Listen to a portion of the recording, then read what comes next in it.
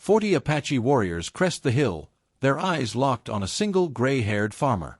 He doesn't run. He doesn't hide. He slowly reaches for a rusted shovel and draws a line in the dirt.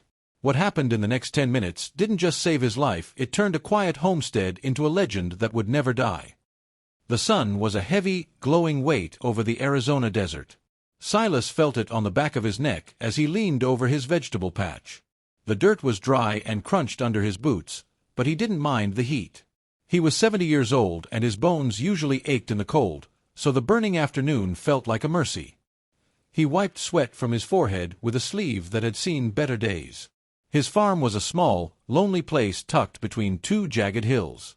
There were no neighbors for miles, and no sounds except for the occasional dry whistle of the wind through the sagebrush. Silas liked it that way. He had spent his younger years in loud cities and crowded barracks. Now, all he wanted was the company of his mule and the slow growth of his corn. He stood up straight to stretch his back and looked toward the horizon. The sky was a pale, dusty blue. For a moment, everything felt perfect. The air was still and the world seemed to hold its breath. But then Silas noticed something wrong. The birds had gone quiet. Usually, the scrub jays would be bickering over seeds near the barn, but now there wasn't a single chirp. His mule, tied near the shade of the porch, let out a low, nervous huff and began to pace in small circles. Silas felt a cold prickle start at the base of his spine.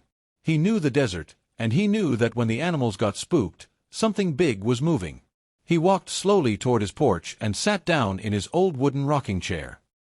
He didn't reach for the rifle leaning against the wall just yet. He just watched. At first, it looked like a shimmering heat haze on the crest of the northern hill. Then, the haze turned into solid shapes. One rider appeared, then 5, then 10. They didn't move fast. They came on like a slow tide. By the time the last horse climbed the ridge, Silas counted 40 men. They were Apache warriors, their silhouettes sharp against the bright sky. They sat tall on their horses, looking down at the little house that stood in their way.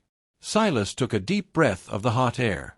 He could feel his heart thumping against his ribs like a trapped bird. Most men would have run for the cellar or started shooting wildly. But Silas knew better. You couldn't outrun 40 horses in this heat, and you couldn't outshoot 40 warriors with a single bolt-action rifle. He stayed in his chair. He watched the dust clouds kick up from their hooves as they began to descend the hill. The quiet was over. The storm had arrived at his front gate, and Silas was the only thing standing in its path. He didn't look like a hero or a legend. He just looked like an old man who was tired of being pushed around. The warriors didn't gallop. They moved with a slow, rhythmic thud of hooves that seemed to vibrate through the porch boards under Silas's feet. They fanned out in a wide crescent, effectively cutting off any path to the road or the hills. The dust they kicked up tasted like copper and old earth in Silas's mouth. He didn't move. He kept his hands resting flat on his knees, his fingers gnarled like the roots of the mesquite trees he'd spent years pulling from the ground. The leader rode a lean, spotted horse that looked as tough as the man sitting on it. He stopped just 10 feet from the porch. The rest of the men pulled up behind him, a wall of muscle, braided hair, and sharp eyes. The silence was heavier now than it had been before. It was the kind of quiet that precedes a gunshot. Silas could see the sweat glistening on the lead warrior's chest and the way his dark eyes scanned the small, humble house, looking for a trap or a hidden rifle. Instead of a fight, Silas gave them a nod. It was a simple, neighborly gesture, the kind you'd give a man passing by on a Sunday. He stood up slowly, making sure his hands were visible and empty. He walked to the edge of the porch where a large ceramic water crock sat in the shade. He dipped a tin cup into the cool water and took a long, slow drink. He could feel 40 pairs of eyes tracking the movement of his throat as he swallowed. The lead warrior nudged his horse forward a few inches. His hand stayed firm on his bow, but his expression shifted from aggression to genuine confusion. He had raided dozens of homesteads, and usually the occupants were either screaming, begging, or dead before he reached the gate. This old man acted like he was waiting for a friend to help with the harvest. Silas dipped the cup again, filled it to the brim, and held it out toward the leader. He didn't say a word. He didn't have to.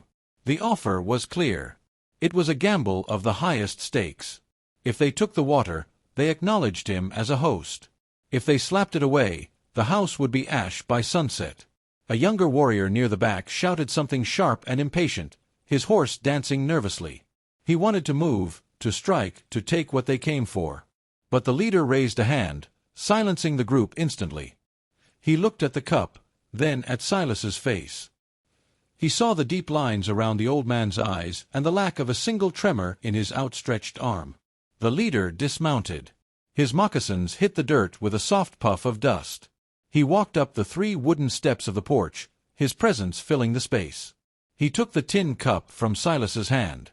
The metal clinked softly against his rings. For a heartbeat, the 2 men stood chest to chest, the frontier's past and its future colliding on a dusty porch. The warrior drank the water in one go and handed the cup back. The confrontation had begun, but the rules had just changed. The young warrior who had shouted earlier didn't like the silence. He was restless, his horse sensing his agitation and sidestepping in the dirt. To him, the old man wasn't a sage, he was an obstacle. He swung down from his saddle, his movements sharp and aggressive. He pushed past his leader and walked toward the small corral where Silas kept his only mule. It was a sturdy animal, the only thing Silas had to pull a plow or haul water from the distant creek. The young man reached for the gate's rope. Silas didn't yell. He didn't reach for the rifle. He simply stepped off the porch and walked toward the corral. The other 38 riders shifted, their hands tightening on bows and rifle stocks. The air turned electric. One wrong move, one sudden shout, and the yard would turn into a graveyard. Silas reached the gate just as the warrior was about to open it. He didn't push the young man. Instead, he placed his weathered hand over the warrior's hand on the latch. It was a firm, grounding touch. The young warrior froze, his eyes widening in shock. Nobody touched a warrior like that. He looked like he was about to draw a knife, but he stopped when he looked into Silas's eyes. Silas didn't look angry. He looked tired and steady. He shook his head slowly, a silent no that carried more weight than a scream. He pointed to the mule, then to the dry, cracked earth of the fields, and finally to his own gray hair. He was telling a story without a single word. He was saying that without this animal, the old man was dead anyway. He was telling them that his life and the animal's life were tied to the land they stood on. The young man pulled his hand back as if the gate latch had turned into a hot coal. He looked at his leader, seeking permission to strike, but the leader was watching Silas with a strange sort of respect. The leader had seen men beg for their lives. He had seen soldiers cry. But he had never seen a man so comfortable with the idea of dying that he would walk up to an armed enemy and offer a hand of restraint. Just then, a sudden sharp crack echoed from the back of the line of riders. A horse had stepped into a hidden gopher hole, its legs snapping with a sickening sound. The rider was thrown hard into the rocks, his shoulder hitting the ground with a thud. The horse screamed in pain, a sound that tore through the tense atmosphere like a jagged blade. Panic flared. Some warriors leveled their weapons at the house, thinking it was a shot. Silas didn't flinch. He looked toward the injured horse and the fallen man. While the warriors argued and looked for a phantom enemy, Silas walked into his small barn. He emerged a moment later carrying a heavy leather bag and a bucket of cool water. He didn't ask for permission. He walked straight through the line of mounted men. They parted for him, not because they were afraid, but because they were mesmerized by his lack of fear. He reached the fallen warrior, who was clutching a bloodied shoulder and grimacing in the dirt. The horse was thrashing, its broken leg a tragedy in the making. Silas knelt in the dust.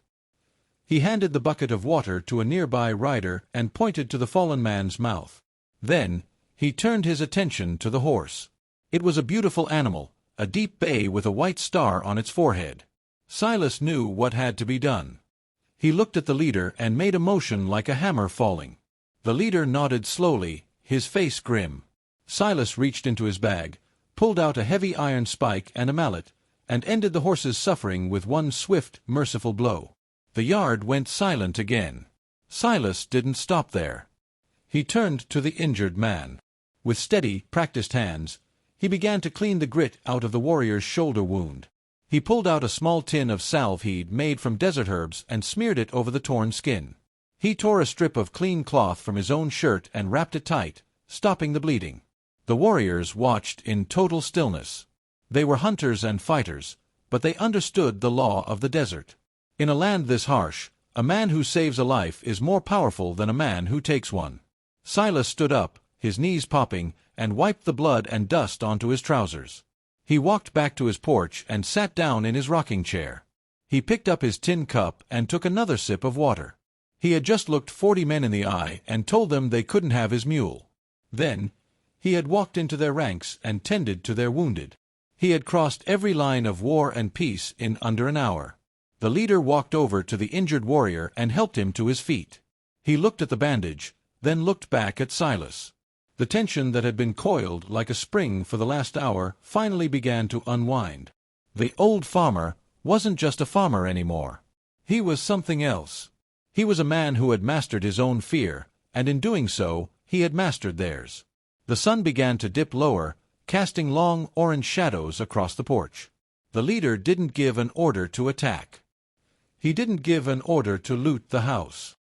He simply stood there, looking at the man who had drawn a line in the sand and then crossed it to show mercy. The sun began to sink, bleeding a deep, bruised purple across the horizon. The 40 warriors didn't move to leave immediately. Instead, they stood in small groups, speaking in low, guttural tones. They looked at the house, then at the bandage on their comrade's shoulder, and then at Silas. The old man hadn't moved from his porch. He sat there like a piece of the mountain itself, gray, weathered, and unshakable. The leader of the party approached the porch one last time. He didn't climb the steps this time. He stood in the dirt, looking up at Silas. He reached into a small leather pouch at his side and pulled out a heavy, smoothed stone painted with a jagged red symbol. He walked over to the main gate post, the one Silas used to steady himself when he walked out to the fields, and wedged the stone into a natural knot in the wood. It was a silent declaration. To any other raiding party or traveler passing through, that mark meant one thing: this ground was sacred. This man was under the protection of the people he should have called enemies. Silas watched him, giving a slow, respectful nod. He didn't smile, and he didn't thank them. He simply acknowledged the pact they had made without a single word of English or Apache being spoken. With a sharp whistle, the leader mounted his horse. The line of 40 warriors turned as one. They began to ride back up the ridge, their silhouettes flickering against the dying light like ghosts returning to the hills. The dust settled. The silence returned, but it wasn't the heavy, fearful silence from earlier. It felt lighter, as if the land itself was taking a breath of relief. A few days later, a supply wagon from the nearest settlement creaked up the trail. The driver, a rugged man named Miller, stopped his team at the gate and stared at the red-marked stone. He looked at Silas, who was busy hoeing a row of young corn. "Silas," Miller called out, his voice shaking slightly, "we heard a war party of 40 passed through these parts. Everyone in the valley headed for the fort. We figured you were long gone, or worse." Silas leaned on his hoe and wiped his brow. "They stopped by," he said simply. "Had some water. Helped one of their horses." Miller looked at the gate post, then at the hundreds of hoofprints still visible in the dry earth. He looked back at the old man in the faded overalls. He knew Silas wasn't a man for tall tales, which made the truth even harder to wrap his head around. By the time Miller reached the next town, the story had already started to grow. People began to talk about the old farmer who stood alone and unarmed against an entire army. They said he had a spirit so bright the warriors couldn't look him in the eye. They said he had healed a dying man with a touch. Silas didn't care for the talk. He just kept tending to his crops. But from that day on, the valley knew him by a different name. He wasn't just Silas anymore. He was the man who turned a massacre into a legend just by sitting still. As the years passed, the desert tried its best to swallow the small homestead. The wind tore at the shingles and the heat cracked the timber, but the red-painted stone in the gate post never moved. It stayed there, nestled in the wood, a silent guardian that even the harshest storms couldn't shake loose. Travelers would often pull their horses to a halt just to stare at it. They had heard the stories in the saloons and around the campfires of the Arizona Territory, the tale of the old man who conquered an army without firing a single shot. Silas lived out the rest of his days in that same quiet rhythm. He never moved to the city, and he never wrote down what happened that afternoon. To him, it wasn't a legend, it was just the right way to treat a guest, even a dangerous one. He knew that fear was a choice, and he had simply chosen not to make it. When he finally passed away, sitting in that same rocking chair during a particularly golden sunset, the townspeople expected the farm to be raided or burned within a week. But it wasn't. In fact, for decades afterward, local ranchers noticed something strange. Whenever a raiding party moved through the valley, they would steer their horses in a wide, respectful circle around the old Silas place. They left the fences standing and the well untouched.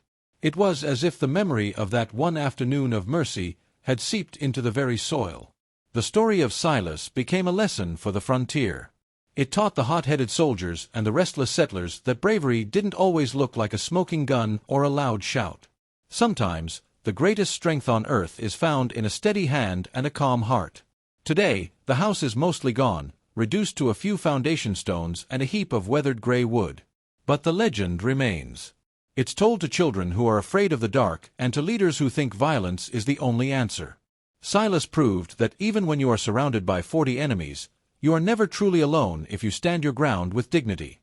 His life was a testament to a simple truth: a man who fears nothing can change the world just by being himself.